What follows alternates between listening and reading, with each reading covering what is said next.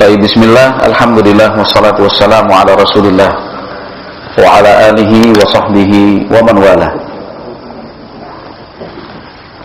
Halaman 34, pasal yang ke-15. Kitab yang kita baca, ringkasan Zadul Ma'ad fi Hadyi Khairil Ibad. Zadul Ma'ad artinya bekal menuju akhirat. Fi Hadyi yang menjelaskan tentang petunjuk hidup Khairil Ibad, hamba yang terbaik, yaitu Nabi Muhammad sallallahu alaihi wasallam. Yang menulis kitab Zadul Ma'ad Ibnul Qayyim rahimahullah. Yang meringkasnya adalah Profesor Dr. Ahmad bin Utsman Al-Mazid. Baik. Qala rahimahullahu taala faslun fi rusulihi sallallahu alaihi wasallam wa kutubihi ilal muluki. Pasal ini menjelaskan tentang duta, ya, duta-duta yang pernah diutus dan dikirim oleh Nabi Muhammad sallallahu alaihi wasallam beserta surat-surat beliau ilal muluki yang ditujukan kepada para raja dan para penguasa dunia saat itu. Jadi memang Rasulullah Shallallahu Alaihi Wasallam sangat aktif dan begitu semangat untuk mengajak umat manusia ke jalan kebenaran. Qala rahimahullah, lamma raja'a minal Hudaybiyah, sepulangnya Nabi Muhammad Shallallahu Alaihi Wasallam dari Al-Hudaybiyah. Al-Hudaybiyah itu terkenal dengan apa? Perjanjiannya, perjanjian Hudaybiyah. Baik. Jadi pada waktu itu Nabi Muhammad SAW beserta kurang lebih 1.500 orang, ya, 1.500 orang sahabat ingin melaksanakan umrah, ya, ingin melaksanakan umrah. Nah, tidak ada tujuan untuk kemudian berperang, begitu. Kemudian itu dibuktikan dengan tidak ada alat-alat dan perlengkapan perang yang dibawa. Mereka, rombongan Nabi Muhammad SAW dan para sahabat itu hanya membawa keperluan yang umumnya dibawa, yaitu sebilah pedang. Karena zaman dulu yang namanya pedang itu ya perlengkapan, ya, perlengkapan wajib bagi seorang laki-laki yang sudah baligh, Tetapi ketika Nabi Muhammad SAW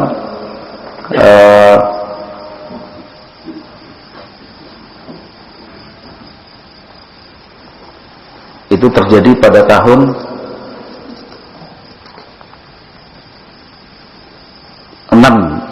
pada tahun 6 Hijriyah, peristiwa Hudaybiyah itu.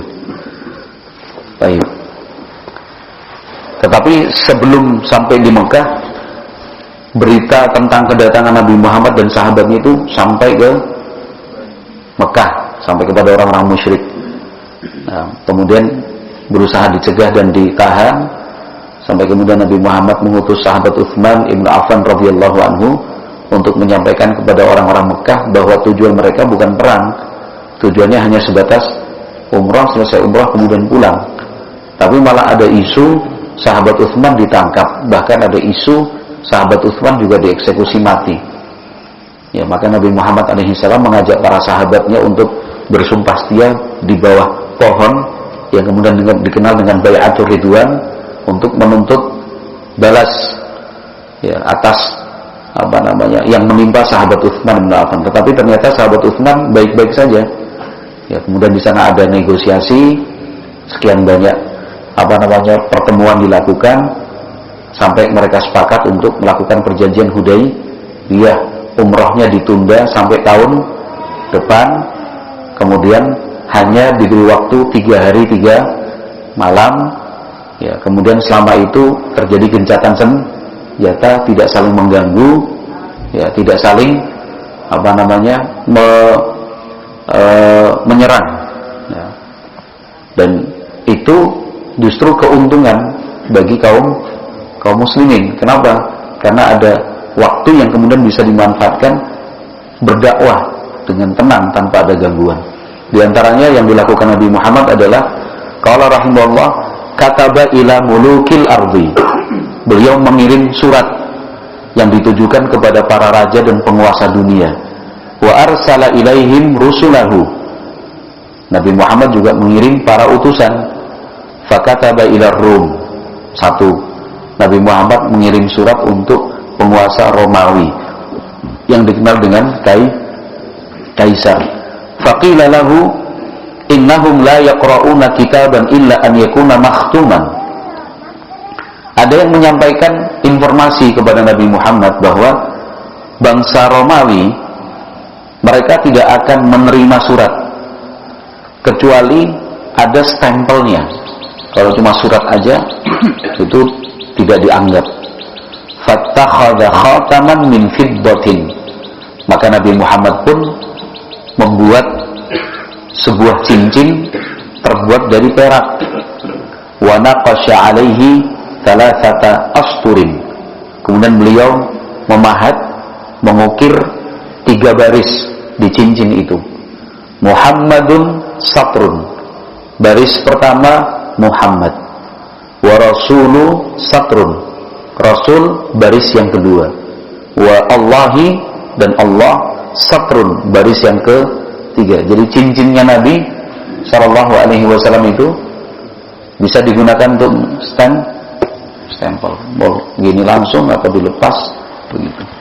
Beberapa ulama kita yang buta itu punya cincin seperti itu. Ya, punya cincin seperti itu. Kalau orang bisa melihat kan mudah, ambil pena, selesai. Ya, kan? Tapi untuk memudahkan akhirnya buat stempel itu. Baik. Wa khatama bihil kutuba ilal muluki. Dengan stempel itu surat-surat yang dikirim kepada para raja kemudian diberi cap menunjukkan resmi. Ya. Wabak, jadi menggunakan stempel kering, stempel basah itu juga ada syariatnya, itu tanda resminya bahwa surat yang kita kirim memang resmi. Wa ba'atha sittata nafarin fi yaumin wahid. Dalam satu hari Nabi Muhammad SAW mengirim 6 utusan sekaligus. Fil Muharrami sanata sab'in. Itu terjadi kapan? Di bulan Muharram tahun ke-7 Hijriyah. Fa'awwaluhum Amr bin Umayyah al-Dhamri. Duta yang pertama bernama Amr bin Umayyah al-Dhamri. Ba'athahu ila Najashi. Diutus untuk menemui Raja An-Najashi. Ini orang-orang hebat, para pemberani. Ya kan? Bayangkan ini, bawa surat menemui para raja. Dan memang ada aturan dari dulu bahwa yang namanya utusan resmi itu tidak boleh diganggu, tidak boleh dilukai, apalagi sampai dibunuh, nggak boleh. Dari dulu seperti itu. Kalau utusan resmi, meskipun dari pihak yang sedang berperang, dari musuh, ya, yang di situ sedang terjadi konflik, nggak boleh diganggu. Apapun surat yang dia bawa, apapun isinya, mau isinya ngajak perang, isinya menghina dan mencaci maki, nggak boleh utusan itu diganggu. Kenapa? Karena utusan resmi. Dan mereka sudah mensepakati tanda-tanda seseorang itu memang seorang utusan yang resmi. Ada benderanya, ada seragamnya, ada suratnya, ya. Kemudian ada tanda-tanda lah kalau dia memang seorang utusan resmi. Wa ba'atha Dihyah ibn Khalifah al-Kalbi ila Kaisar Malikir Rum. Ya. Dihyah bin Khalifah al-Kalbi diutus oleh Nabi Muhammad SAW untuk menyampaikan surat kepada Kaisar. Kita menyebutnya Kaisar Malikir Rum, Raja Romawi. Wasmuhu Hiraklu. Nama Raja Romawi waktu itu adalah Hiraklu, yang kemudian diterjemahkan Heraklius. Wahamma bil Islami wa kada walam yaf'al.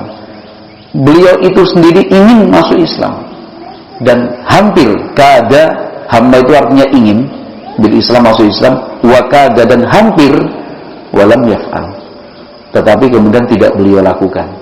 Kenapa? Sebenarnya Heraklius itu kan penganut agama Nasrani yang taat.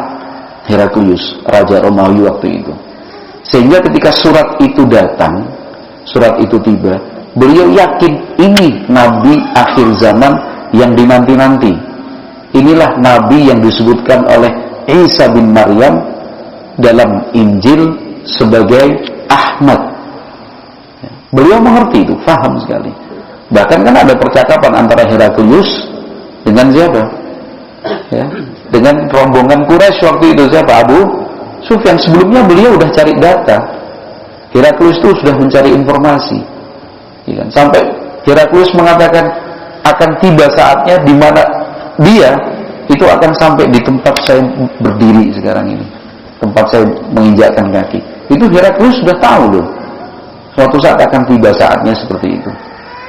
Bahkan ketika terjadi perang, pasukannya kalah, Heraklius itu nggak kaget.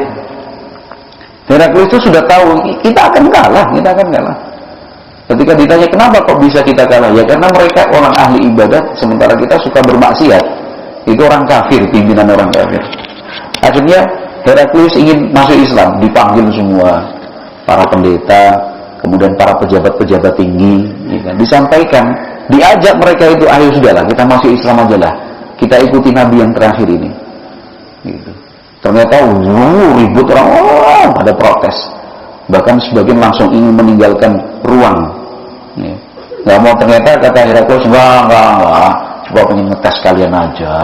Gitu. Tidak mau kehilangan jabatan. Ya, tidak mau kehilangan kekuasaan. Ya sudah. Walam yaf'al. Heraklius tidak sempat masuk Islam. Beda dengan Najasyi. Najasyi itu raja Afrika. Masuk Islam enggak? Masuk Islam. Bahkan ketika beliau meninggal dunia, disalatkan secara gaib oleh Nabi Muhammad dan para sahabat, masuk Islam. Maka para ulama yang menulis biografi sahabat itu memasukkan Najasyi dalam urutan sahabat, padahal belum pernah ketemu dengan Nabi Muhammad SAW. Pengertian sahabat itu adalah orang yang bertemu Nabi dalam keadaan beriman, lalu meninggal dunia dalam keadaan beriman walaupun sempat murtad. Ada orang seperti itu, sempat murtad tapi masuk Islam lagi, tetap sahabat. Najasyi ketemu aja belum pernah, tapi oleh para ulama dikatakan termasuk sahabat. Kenapa? Bentuk penghormatan dan apresiasi. Najasyi masuk Islam, ya, masuk Islam. Demikian juga membantu dan melindungi serta menjamin keamanan para sahabat yang hijrah ke Habasyah di negerinya. Qala rahimahullah, wa ba'atha Abdullah bin Hudzafa as-Sahmi ila Kisra. Nabi Muhammad mengutus Abdullah bin Hudzafa as-Sahmi untuk menemui Kisra.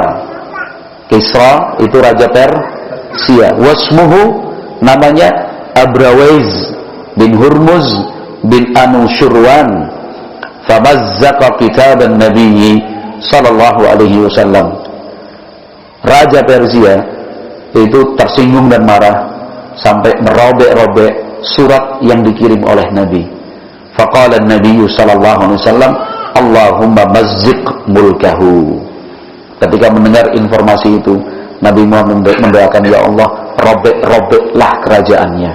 Sebagaimana dia sudah merobek-robek surat Nabi, dirobek-robek begitu. Famazzaqallahu mulkahu wa mulka qaumihi. Dan benar, ya Allah Subhanahu wa taala kemudian menghancurkan kerajaan Persia dan juga kerajaan Kisra waktu itu. Qala rahimahullah, wa ba'atha Hatib ibn Abi Balta'ah ila al-Muqayqis.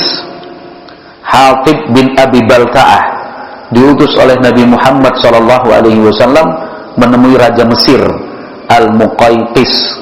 Itu gelar raja Mesir. Wasmuhu Juraij bin Mina Malikil Iskandariyah Azimul Qibti. Nama aslinya adalah Juraij bin Mina, Raja Iskandaria. Iskandaria itu sekarang pun jadi nama kota, Iskandaria, ya, Alexandria. Azimul Qibti, Raja bangsa Qibti, ya, Mesir. Faqala khairan wa qaraba al-amra wa lam yuslim. Raja Muqawqis menerima dengan baik, ya. Dan beliau bisa memahami, tetapi tidak masuk Islam. Wa ahda lin nabiyyi sallallahu alaihi wasallam Maria. Kemudian Raja Muqawqis ini mengirim hadiah untuk Nabi Muhammad alaihi salatu wasallam. Apa hadiahnya? Maria. Siapa Maria? Budak milik Nabi Muhammad sallallahu alaihi wasallam yang kemudian melahirkan salah satu putra beliau yang bernama Ibrahim. Wa ukhtaiha, dan dua saudara perempuannya, Sirin dan Qaisara. Fatasarra bi Maria. Nabi Muhammad memilih Maria sebagai budak wanita. Wa wahaba Sirin li Hasan bin Thabit. Sementara saudara perempuan yang bernama Sirin itu dihibahkan kepada Hasan bin Thabit. Wa ahda lahu jariyatan ukhra. Demikian juga ditambahkan ada budak lainnya. Wa alfa mithqali zahaban. Selain itu, Raja Muqawqis mengirim hadiah alfa mithqal zahaban, 1000 mithqal emas, wa ishrina thawban min kubati Misra, 20 paket pakaian buatan Mesir, wa baghlatan syahba wa hiya duldul. Raja Muqawqis juga mengirim hadiah seekor baghlah, bighal yang warnanya abu-abu, wa hiya duldul, dinamakan duldul. Wa himaran ashhab, juga seekor keledai abu-abu, wa huwa Ufairun, namanya Ufair. Wa gulaman khasiyan yuqalu lahu Mabur. Demikian juga seorang pelayan laki-laki, budak laki-laki yang sudah dikebiri, namanya Mabur. Ya, Mabur. Ya. Khasiyan itu sudah dikebiri. Jadi ya kebiasaan zaman dulu seperti itu. Ya, kalau bahasa kita disebut, kalau di kerajaannya namanya kasing, gitu ya. Kasing, khasiyan. Waqila huwa ibnu ammi Maria. Ada yang mengatakan Mabur adalah sepupunya Maria. Wa farasan wa huwa Lizaz, seekor kuda namanya Lizaz. Wa qadahan min zujajin wa asalan. Demikian juga satu toples terbuat dari kaca dan berisi madu. Itu hadiah, ya, sederet hadiah dari Raja Mesir Al-Muqawqis. Karena Mesir itu kan, Mesir kuno itu ibu kotanya di Iskandaria, bukan sekarang Kairo, bukan Qahirah, tetapi Iskandaria. Ya, Iskandaria itu ibu kota Mesir kuno. Kemudian berpindah ke Qahirah. Wa ba'atha Amr ibn al-As fi Dzil Qa'dati sanata 8 ila Jaifar wa Abdullah ibn Julanda al-Azdiyaini bi Umman. Kemudian Amr ibn al-As diutus oleh Nabi Muhammad SAW di bulan Dzulqa'dah. Di bulan Dzulqa'dah pada tahun 8 Hijriah menemui Jaifir dan Abdullah putra Al-Julanda Al-Azdiyaini di Oman. Sekarang jadi negara Oman. Ya, negara Oman. Baik.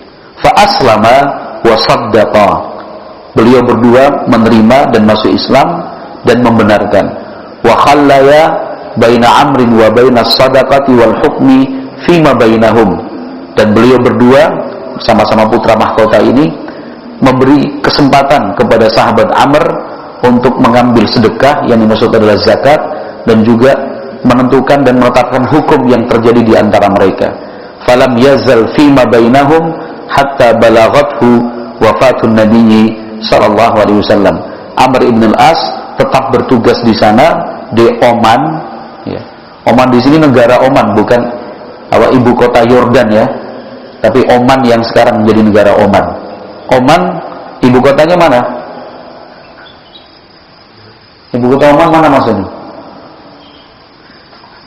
Arab Saudi Riyadh, Yaman Sana'a, Emirat Abu Dhabi, Dubai, Qatar. Kalau Qatar harus tahu lagi Piala Dunia.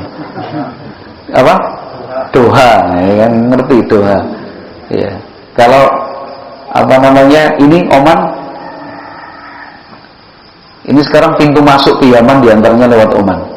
Kalau sekarang teman-teman atau adik-adik kita, alhamdulillah beberapa sudah berangkat ke sana sekarang ini. Ada beberapa yang sudah berangkat, jadi yang membuka untuk gelombang-gelombang berikutnya. Paling tidak sekarang ada 3 tempat yang memungkinkan untuk anak-anak dan adik-adik kita yang ingin berangkat ke Yaman. Ya, dan 3-tiganya semuanya di Aden. Ya, 3-tiganya di Aden. Sekarang sudah ada yang sudah sampai di sana. Alhamdulillah. Pintunya kalau bukan Mesir, Oman. Ya, kalau bukan Mesir, Oman. Jadi berangkatnya dari Jakarta, Doha, nanti Doha Mesir, Kairo baru kembali ke Yaman lagi. Jadi biayanya lumayan besar. Kalau mau berangkat sekarang paling enggak menyiapkan dana 25 juta kalau ke Yaman. Ini beberapa adik-adik kita juga sedang persiapan paspor ini. Mudah-mudahan dilancarkan semua. Baik, Oman itu ibu kotanya apa? Mas. Kalau tulisan Inggrisnya Muscat. Ya. Kalau bahasa Arabnya Masqat. Baik. Wa ba'atsal Ala ibn al-Hadrami ila al-Munzir bin Sawa al-Abdi Malikil Bahrain. Kemudian Nabi Muhammad juga mengutus Al-Ala ibn al-Hadrami menemui Al-Munzir bin Sawa al-Abdi, Raja Bahrain, qabla munsarifihi minal Ji'ranah wa qila qabla al-fathi fa aslama wa saddaq. Kapan diutus? Itu sebelum beliau pulang dari Ji'ranah ketika haji. Nah, ada juga yang mengatakan sebelum ketika umrah, ya ketika ihram. Ada juga mengatakan itu sebelum Fathu Makkah. Nah, Al-Munzir bin Sawa masuk Islam dan juga membenarkan risalah Nabi Muhammad SAW. Wa ba'atsal Muhajira ibn Abi Umayyah al-Makhzumi ila al-Harith bin Abdi Kulal al-Himyari bil Yaman. Nabi Muhammad juga mengutus Al-Muhajir bin Abi Umayyah al-Makhzumi untuk menemui Al-Harith bin Abdi Kulal al-Himyari bil Yaman. Itu raja Yaman. Karena Yaman itu suku yang paling besar adalah suku Himyar, Al-Himyari. Banyak para pejuang-pejuang Islam dan para ulama yang berasal dari suku Himyar. Himyar itu besar sekali. Suku yang membawahi sekian banyak anak suku Himyar. Ya, termasuk kabilahnya Syekh Muqbil itu termasuk dari Himyar, dari Hamadan.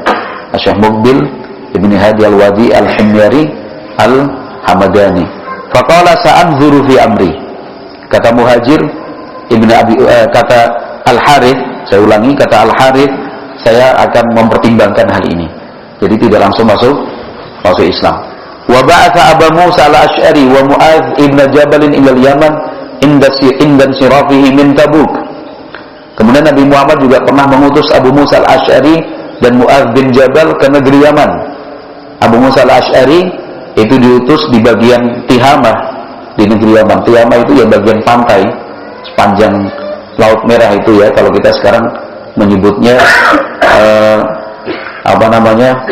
daerah apa Ustaz provinsinya? Bukan yang di Tihamah, yang tempatnya Syekh Muhammad bin Abdullah al-Wasabi itu. Hudaidah, bilang Hudaidah. Baik, alhamdulillah di Hudaidah. Alhamdulillah saya sempat berkunjung ke markas beliau juga, dan juga markas yang satunya, tempatnya Syekh Ahmad bin Thabit al-Musabi. Itu daerah sana Islam itu yang membawa sahabat Abu Musa. Kemudian Mu'adz bin Jabal itu di daerah dataran tinggi. Sampai sekarang orang-orang provinsi Taiz, sebuah provinsi di sana, mereka meyakini ada satu mushola peninggalan sahabat Mu'adz bin Jabal. Ya, memang daerah pegunungan. Sekali waktu beliau berdua ketemu untuk saling diskusi, berbagi informasi, Abu Musa al-Asy'ari dan Mu'adz bin Jabal. Kapan itu diutus? Indan sirafihi min Tabuk, ketika beliau pulang dari perang Tabuk. Fa aslama ammatu ahliha tau'an min ghairi kitalin. Kemudian rata-rata penduduk Yaman masuk Islam itu dengan penuh kesadaran, min ghairi kitalin, tanpa ada peperangan. Kalau daerah yang lain sempat ada yang perang. Kalau Yaman mereka masuk Islam dengan kesadaran. wa ba'atha Amr bin Umayyah ad-Damari ila Musailamah al-Kadzdzab bi kitabin wa kataba ilaihi bi kitabin akhar ma'a Sa'id ibn al-Awam akhi Zubair falam yuslim. Demikian juga Nabi Muhammad pernah mengutus Amr bin Umayyah ad-Damri menemui Musailamah al-Kadzdzab, satu surat. Kemudian Nabi kirim lagi surat yang lain dibawa oleh As-Sa'id ibn al-Awam, saudara kandungnya Az-Zubair ibn al-Awam, tetapi falam yuslim. Musailamah al-Kadzdzab tidak mau masuk Islam. Ini memang Musailamah al-Kadzdzab ini juga raja, penguasa besar waktu itu. Ya, untuk daerah Yamamah. Yamamah itu sebuah daerah yang besar juga. Maka perang melawan Musailamah disebut dengan perang Yamamah. Tayyib. Wallahu a'lam bishawab. Itu beberapa langkah yang diambil oleh Nabi Muhammad SAW untuk menyebarkan Islam. Jadi tulis menulis, surat menyurat itu sudah ada sejak zaman Nabi Muhammad SAW. Taib. Oleh karena itu ya sekarang kita gunakan media, misalkan majalah, buku, kemudian channel-channel itu untuk menulis, ya ada sunnahnya dari Nabi Muhammad SAW. Taib, kita cukupkan sekian. Mudah-mudahan bermanfaat. Subhanakallahumma wa bihamdika asyhadu an la ilaha illa anta astaghfiruka wa atubu ilaik. Alhamdulillahirabbil alamin.